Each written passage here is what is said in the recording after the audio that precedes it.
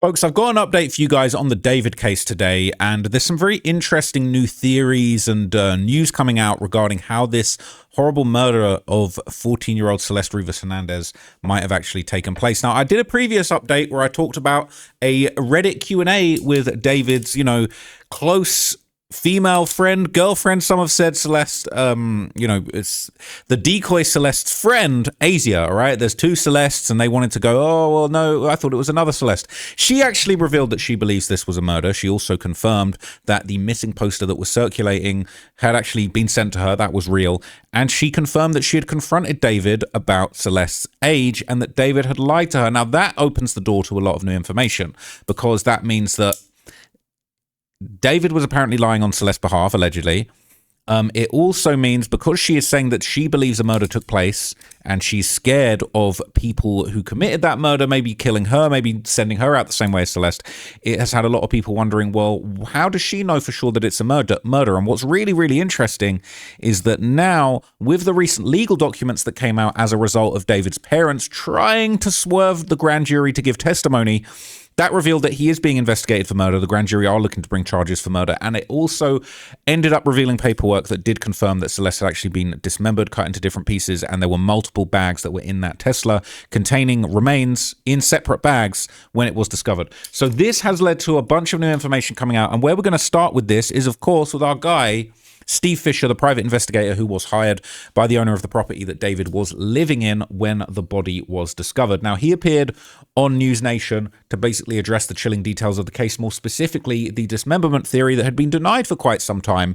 Clearly now that's true, and as I'm going to tell you throughout this video, this kind of opens a whole lot of new theories and speculations as to what might have actually happened in the case of this murder. And I think that even though murder charges haven't been brought, does seem like at least people in David's own circle are calling it a murder, people that knew what was going on. In the car, wasn't sure what to do with her. Now, if there's confirmation she was dismembered in such a brutal fashion and that they are looking at a murder charge for him, intentional murder, what does that tell you? What is your theory of this case right now regarding what might have happened to Celeste? Well, what happened was vicious, and this was not. And we were hoping it was like an overdose and a bad decision made by some people to figure out how to get rid of her body. But she was hacked apart. She wasn't surgically taken apart. She was brutally pulled apart. With instruments and tools, and put in two separate bags, and then thrown in a trunk of a car, and they went on with their lives for many months. And while she was there rotting. So he said they, all right? He said they. He's spread a few theories that he believes that it has to have been more than one person that was involved in this. There's been a lot of eyes and fingers pointed towards that friendship group, Asia, Neo, this other Celeste. A lot of people believe that Neo might have been involved. Now, what is really interesting here is he will basically go on to express concerns that David was actually going to be charged alone, despite multiple people allegedly, by the evidence, seemingly being involved in the crime too. You're also concerned by the fact that it looks like just David is the target, but you believe he might have had help here, right? Allegedly. Yes, it's all allegedly, but I mean, I don't see any way that this is done by one person. I just don't. And I also know that the car was moved by somebody other than David. I'm just certain that there was people that knew about it. Listen, that car was putting off a foul odor. There's even live streams where there's a makeup artist that mentions an odor in the house, and they make up this excuse for it. People knew about this, and everybody that knew about it needs to pay a price, as far as I'm concerned.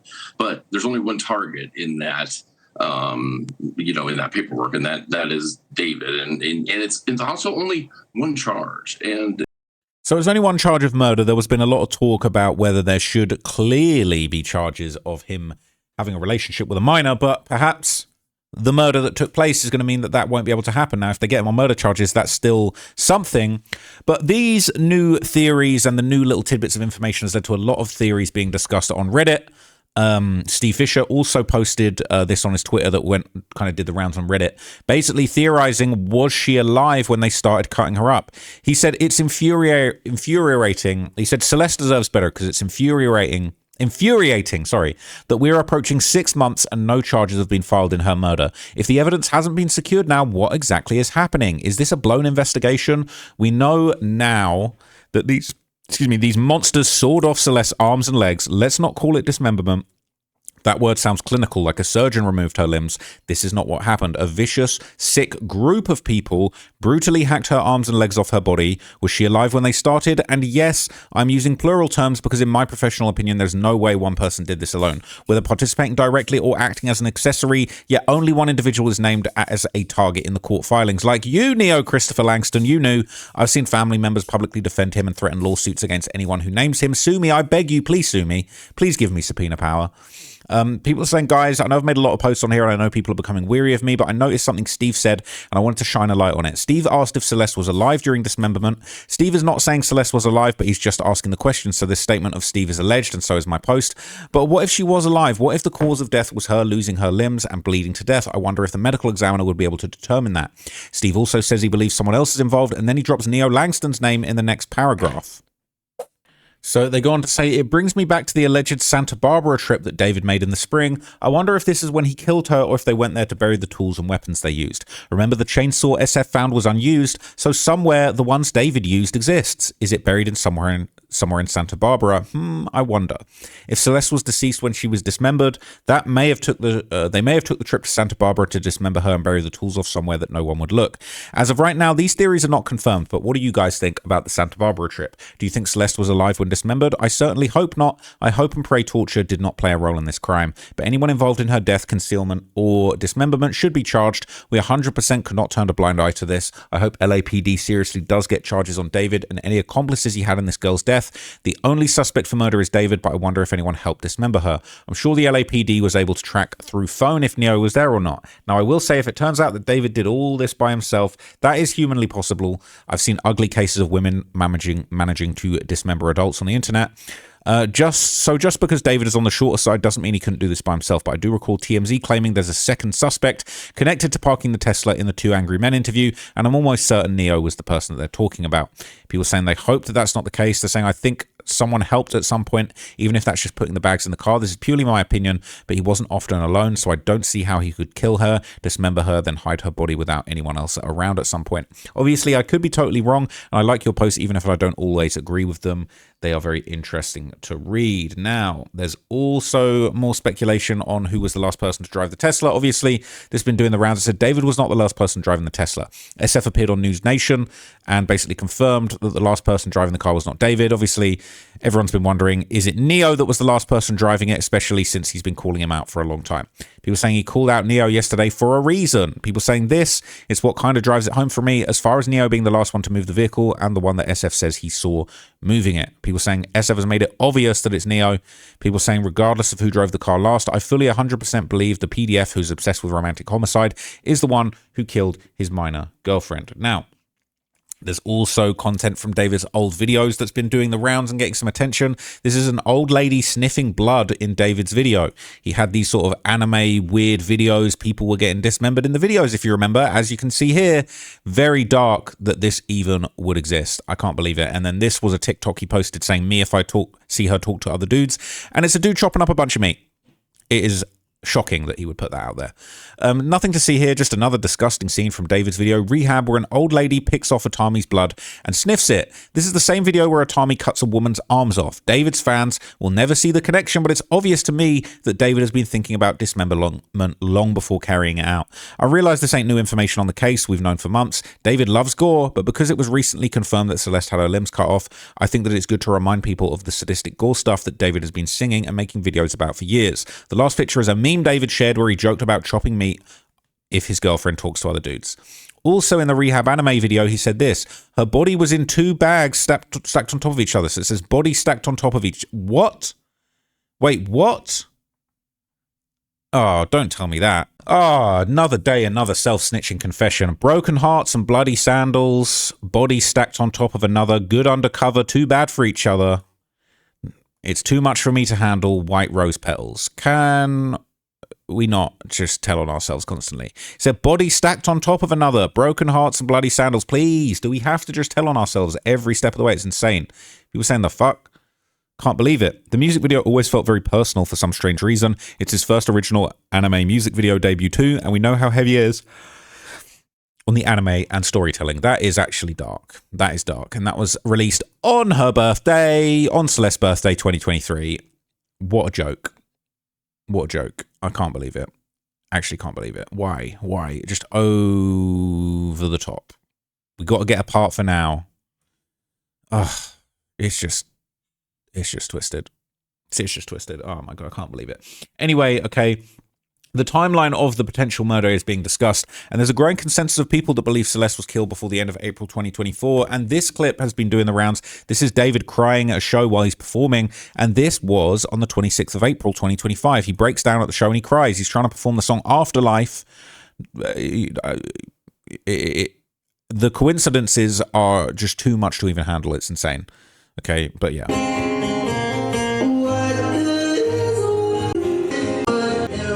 Let's see where he breaks down. Here. He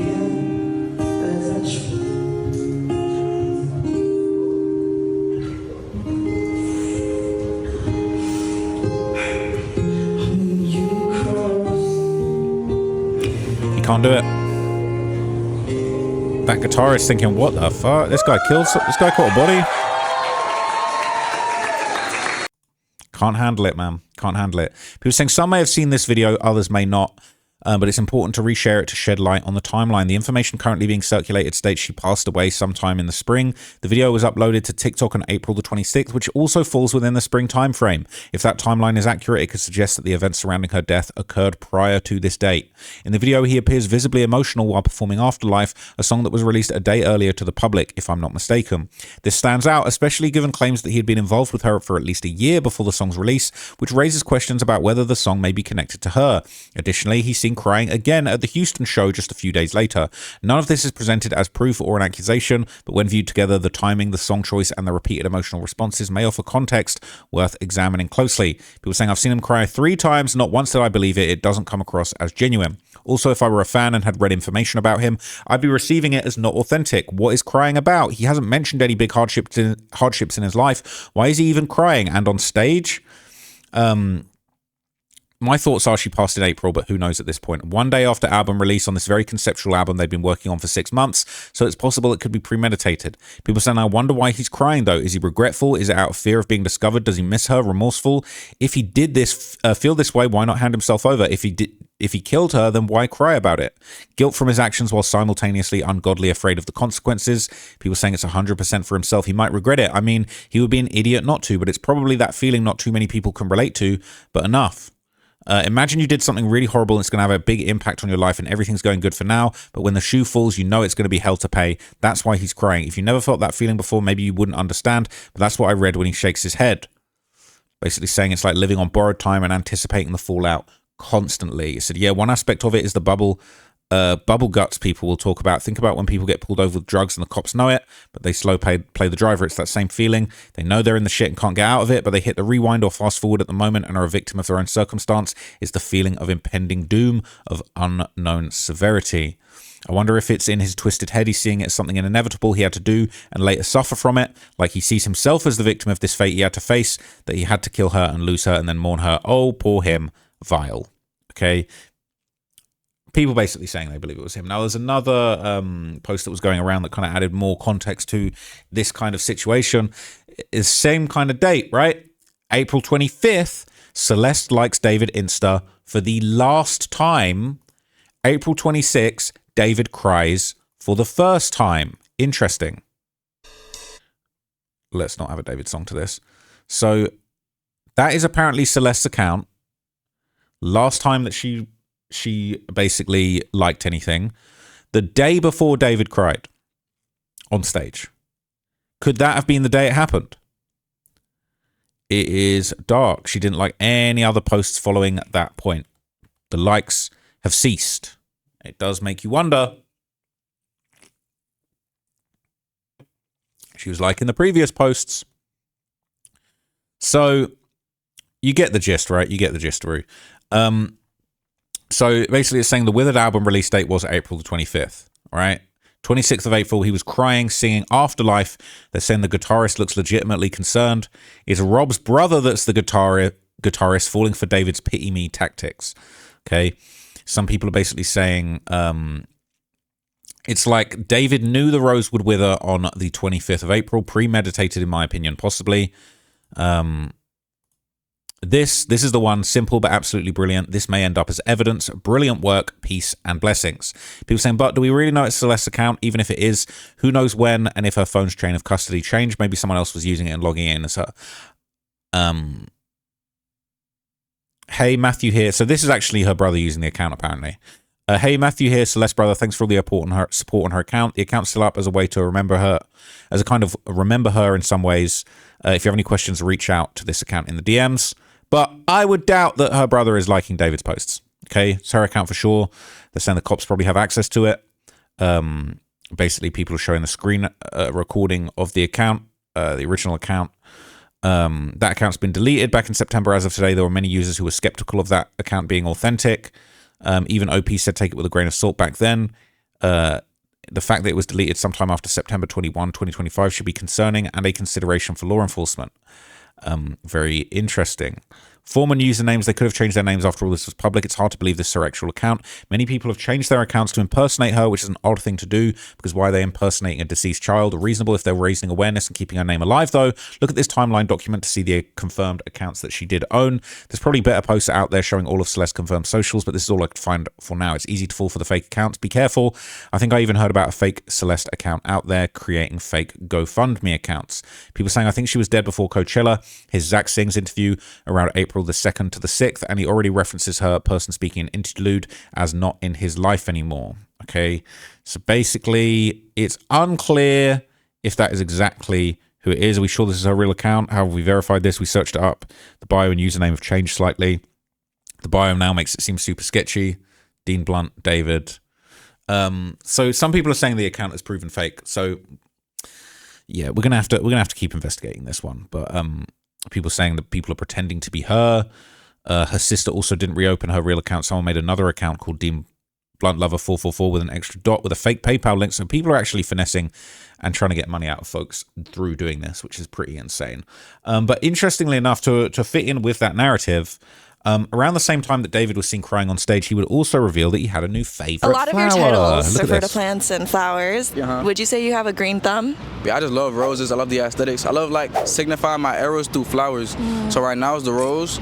My next arrow probably gonna be like, I want to do the spider lily from Japan. I'm a big fan of Japan, Japanese culture. When's the last time you gotten roses or flowers? You know what?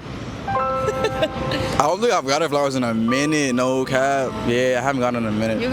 The audience needs to start throwing you flowers on stage. TikTok live. Thank you for the roses. Thank you for the roses. I need that. A lot of So people are saying the spider lily represents death and final goodbyes. Pretty sure Celeste was dead already by the date of this video 4 months ago. People saying, doesn't the spider lily represent deep sorrow, pain, and death?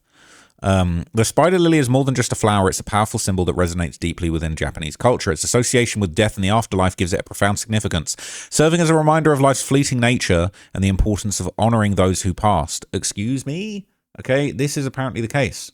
Spider lilies are all about death. What is he doing? Do you know the dark meaning behind this flower? Spider lilies, or higambana in Japanese, are deeply tied to death for multiple reasons. Their blood-red petals symbolize tragedy, and their poison makes them even more ominous. You'll often find them near graves. Some myths say these flowers bloom in hell, guiding lost souls to the afterlife. You've probably seen them in anime or games, but if you'd like to see them in real life, subscribe. Do you Very dark and creepy, okay? Now, this is another thing that I want to bring up, because this was mentioned earlier in the video, but we didn't lock in on it.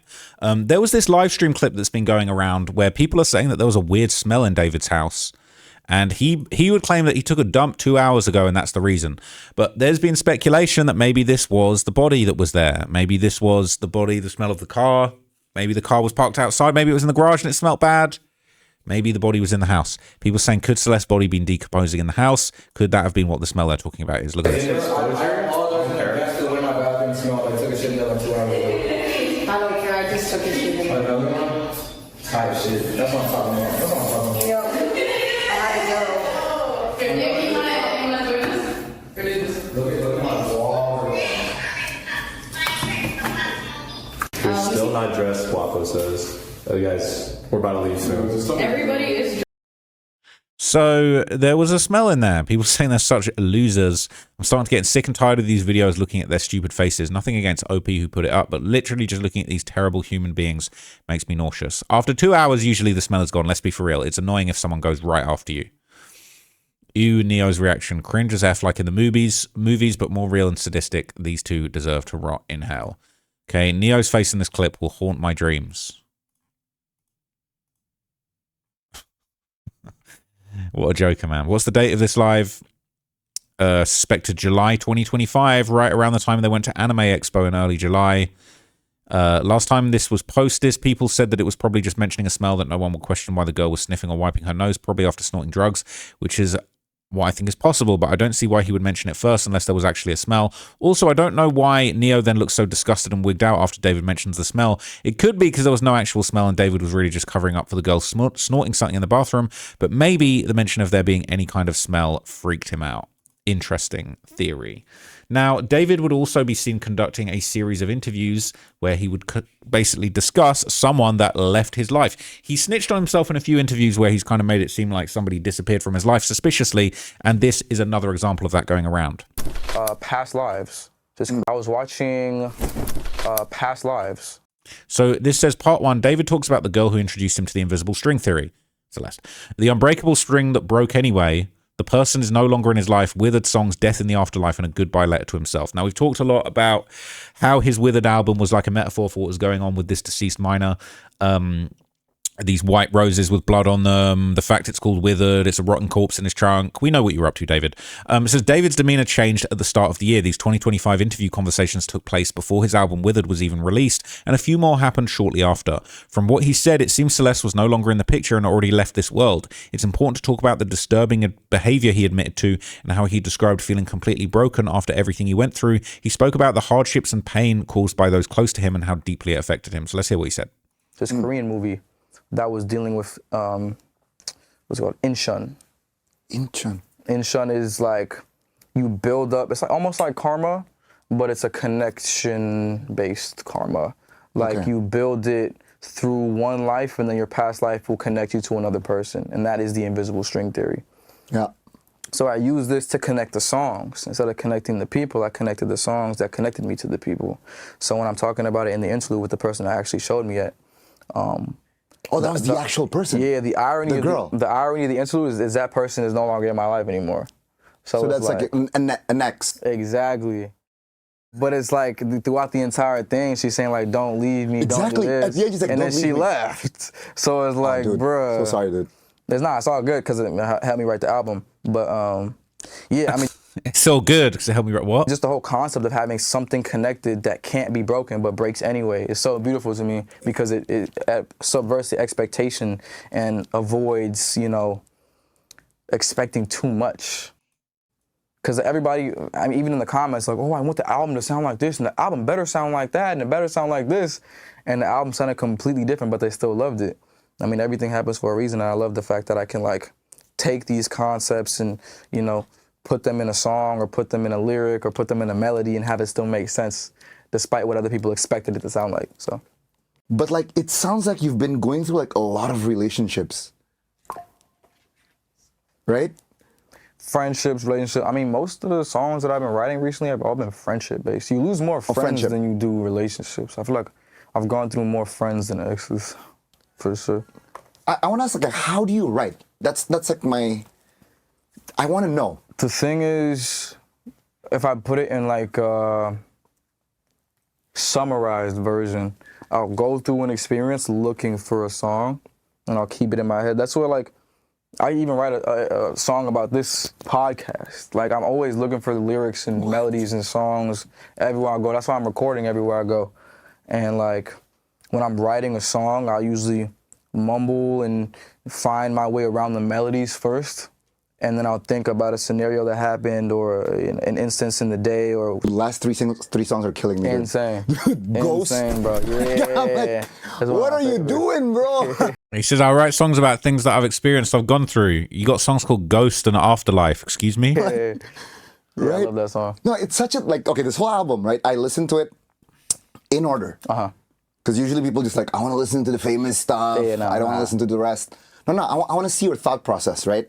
Did you write this in order, or were you like writing it like sporadically and just like, oh, this is gonna be song number 1, this is gonna be song number 2? I'm gonna tell you the craziest part. I wrote it backwards. So it started from after. It started from Afterlife, and then went to Ghost, and then went to, yeah, dude. So I wrote Afterlife before there was even the album conceived in 2023, and I was like, I know I'm gonna have to work on an album sooner or later. The label's gonna be like, you gotta stop releasing all these singles and make an album. But what is that album gonna sound like? And I wanted it to sound like a goodbye. I knew that from the start. I wanted it to be a goodbye. So when I wrote Afterlife, I was writing the goodbye letter to myself, essentially. What do you mean you were writing a goodbye letter to yourself? Like you wanted to just go away? I wanted it to be the end of an era. I wanted it to feel like the end, because Afterlife literally feels like the end, with the strings at the end of it, and everything feels like it's a send-off, you know, to the next era, to the next whatever I'm doing. I was like, when I saw like the first track, like Atomic. Right, okay. It is dark, right? People saying, I swear his energy completely shifted 2 minutes in. Creepy as hell. He doesn't want anything to slip about what he's actually done. Says, yes, I posted one of his interviews on the Zach Singh show where he references the person in the interlude taught him about invisible string theory, and they aren't in his life anymore. That interview was right after his birthday, around April the 5th or 6th. Says, hold on, I'm listening to it, and damn, this is worse than the Zach Singh interview. It's effed up and scary. He confesses his sins, and Celeste is probably frozen somewhere. So he wrote it backwards, but told everyone the album was a beginning coming to an end. MF is weird. He may have wrote some songs a while ago, but he's dead wrong to use them in the context he did. He knew she was dead. He himself said he was manifesting things in his life, which he didn't mean to. To me, it just sounds like an excuse for his actions. He's been thinking about doing what he did for a long time, and he thought he'd get away with it. He's sick in the head, and there's no way this was his first kill. So you can hear it progress on from being in love and confused because things aren't reciprocated to eventually a dead body looking at him cleaning a crime scene, and in the end, loving this person from the afterlife. He's so full of shit, it's pissing me off. He wrote Romantic Homicide forever ago, but the original name was Romantic Murder. With her lookalike dead, each girl looks like Celeste, something in each song's he has always happens to look alike. Always. It's fucking weird. No coincidence. I'll say he stops using the lookalike after one dance where it shows David being put into the trunk and it zooms in on that closing and immediately shows the lookalike's face. That's not coincidental, and it looks like the lookalike was shown acting out the crime. We know that. We've seen all these clips, right? So look, last thing I want to show you, okay, there's a Redditor called Jake Pizza, who's been doing a pretty good job posting about the case, and he provided a very interesting timeline when it came to these multiple bags, okay? So this is basically claiming that the bag on the left was the arms and legs and the bag on the right was the head and torso. He points out that he believes he can see bloodstains there, but that could just be a visual artifact. This is a detailed post. It says, this post is only meant for discussion, not to provide a certain answer. Police have estimated it might have been in the spring, and PI Steve Fisher believes it might have been in January. So here's a chart timeline to think about. January the 2nd, 2025, that's the last photo of Celeste that Steve has. In February, a new Tesla is leased, a neighbor's dog dies and is buried. At some point, neighbors notice a smell and think it's the dog. This could have been at any point, though, not necessarily February. In March, David is in London for a couple of weeks. This might mean it's unlikely to have happened in March. In April, David releases Withered and breaks down crying on stage during Afterlife. In May, the Tesla starts being parked in random spots around David's neighborhood. In June, I didn't find nothing interesting about June. In July, the car is parked and abandoned with Celeste inside. In August, she remained in the Tesla, and in September, she was found. Now, August is the summer. To leave someone deceased in parts in a car in August is just even more despicable. But anyway, it says TMZ reported that at one point David made a trip to Santa Barbara in the middle of the night sometime in the spring. This might have been when she was killed, or if she was already deceased, it might have been when she got dismembered. I'm going to estimate it likely happened before May, when the car is likely being parked in various spots. I bet from May onward she was in the car. David likely dismembered her on that trip to Santa Barbara and moved her in the Tesla. I'd guess the reason for the dismemberment was to help her fit into the frunk. If he killed her in January or February, he probably made the shift to his car due to the strong smell keeping it in his house. It might have even been frozen at one point. LAPD denied her being partially frozen when found, not her being frozen at some point in the past. Also, LAPD made it clear she was not decapitated, but she was dismembered, so her head and torso were attached together. They, or he, removed the limbs to help it fit in the car, most likely. I'm sure the LAPD probably know when she was killed by now and who was involved in the dismemberment.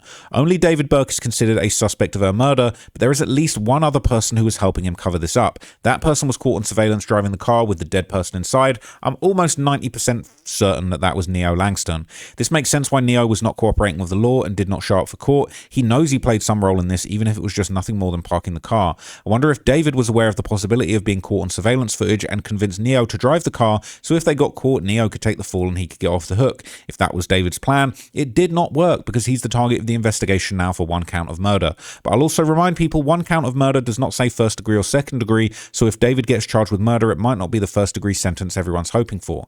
If you're going to post something hateful about me making this post and reviewing old news, just keep scrolling. But if you want to add your opinion, let me know. Do you think Celeste died in January or April or a different month? Also, do you think Neo was involved in the murder or just the concealment and or dismemberment? Do you think he drove the car? And that's it. Good point about David being aware of surveillance cameras to possibly set Neo up. People saying, imagine being the one to open those bags and seeing what was in there. And the smell, they literally had to stick their heads in to see everything. Horrible. I've said it before, let's not lose sight of the trauma that other people have been subjected to in this horrible, horrible situation. Saying, good point about David being aware of surveillance cameras to possibly set Neo up. Saying, I will add the reason I believe Neo was the last person to drive the car is looking at all the hints SF gave about the driver. He said the person went on tour was not David and was likely the person who was in the house. Only one person meets all requirements. That's David, Asia, Neo, and Rob. Rob wasn't present at the San Francisco show and isn't seen too later on the tour. Asia remained on the tour the whole time, so how could she be in the house? Obviously, he told us it ain't David, so Neo is the only candidate. Then add on to that, SF has made numerous posts concerned that Neo ain't a suspect. How can SF be so sure? Neo was involved unless he saw him on surveillance parking the car. SF has singled out Neo at least twice back in October, asking if he was the last one who parked the car, and SF recently called him out as Neo Christopher Langston, and he said that he knew, but how can SF know that Neo knew about the murder unless he parked the car? SF describes him as wearing a distinct outfit. I believe it was the red 22 jersey that Neo had on in photos on July the 28th at a party. In one interview, Nancy Grace asks SF how long the time was between the time the car was parked and when David went on tour. SF says they left that evening for tour and the car was parked around 11 a.m. that evening and they went on tour. They did not leave the second after. SF said it was that evening, so Neo obviously had changed his clothes on the tour bus. Also, remember that Neo was willing to be locked up for a night or two to avoid testifying. He was not doing this for David, whom he blocked on Instagram. He was doing this to avoid getting in trouble himself, in my opinion.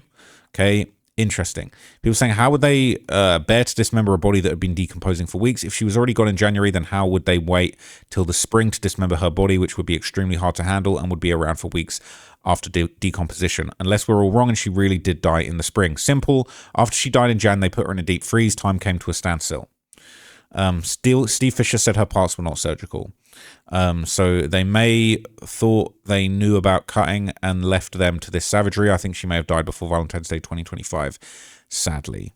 Everything's pointing to February, but the fact the LAPD mentioned springtime and multiple articles say that's when she died have me thinking otherwise. What has me racking my brain is the fact that Celeste was still active on and off all that time throughout her lifetime, but we have nothing online of her from December 2024 to March 2025. She had her phone on December the 31st, January the 1st, and January the 2nd.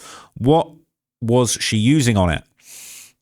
I remember a screenshot of David's contacts and there was a contact that said future wifey and that she was last active on April 2025. Why would a 14-year-old have Telegram? Why would she be using that after using mainly Instagram and TikTok? It literally looks like David told her to pretty much disappear before he murdered her, like he was trying to get people to forget about her while she was still alive. It's terrifying. I hope the LAPD has some other activity from her that we don't know. That's all we know about currently. That's the contact list people are referring to, and it says future wifey. It's interesting. Sorry, I'm tired today. But look, I personally,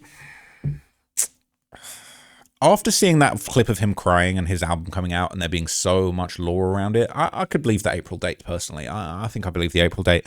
And I think when the police say spring, they probably do have a working theory on exactly when it happened, but I don't think they're willing to share that yet. So they're going to be intentionally vague. But I really am just actually in shock and frankly disgust that nobody has been charged in this case yet. This happened, the body was discovered in September. It's fucking March. What the hell is going on? Is the community safe? Are teenage girls safe in the community right now with this going on? No one being held accountable. Is David still talking to young girls online? Is it possible that he might kill again before he's even caught? Okay, and when I say kill again, you know, it's many people's opinion that he is responsible for this. We can't say definitively at this stage. You know, maybe I was talking about killing a microphone again. I don't know. I just got to say the right thing. But look, The community is not safe. When are the authorities going to do something? I thought Valentine's Day came and went. Absolute disaster. All right. Absolute shameful display. Not of justice, because there has been no justice yet, but hopefully there will be some, all right? I'm actually really frustrated with this case. I need to see some justice. I need to feel like the community is safe. I cannot believe that this is still unresolved.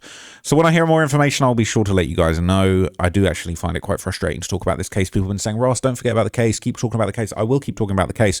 But there is a drought of information, and we need to have some update. We need the police to do their job. Here, grand jury this, grand jury that. Why is this guy still out here walking around? Do something. For the love of God, do something. But look, when that happens, you know I'm going to let you know. I hope it happens soon. If we get to September and there's still no arrest, I'm actually going to crash out. I'm going to just go full-blown crash out mode. This is insane. I cannot take this anymore. It's a joke. But anyway, for now, I'll leave you guys to it. Thank you for watching this video. I'll be back with more videos. Maybe today, maybe tomorrow. Let me see how I feel. We've got 3 in today. I might do 2 more if I can be bothered, but I'm a bit tired, so we'll see. But thanks for watching this one, guys. I'll catch you in the next video. And for now, I'm out of here, guys. Peace.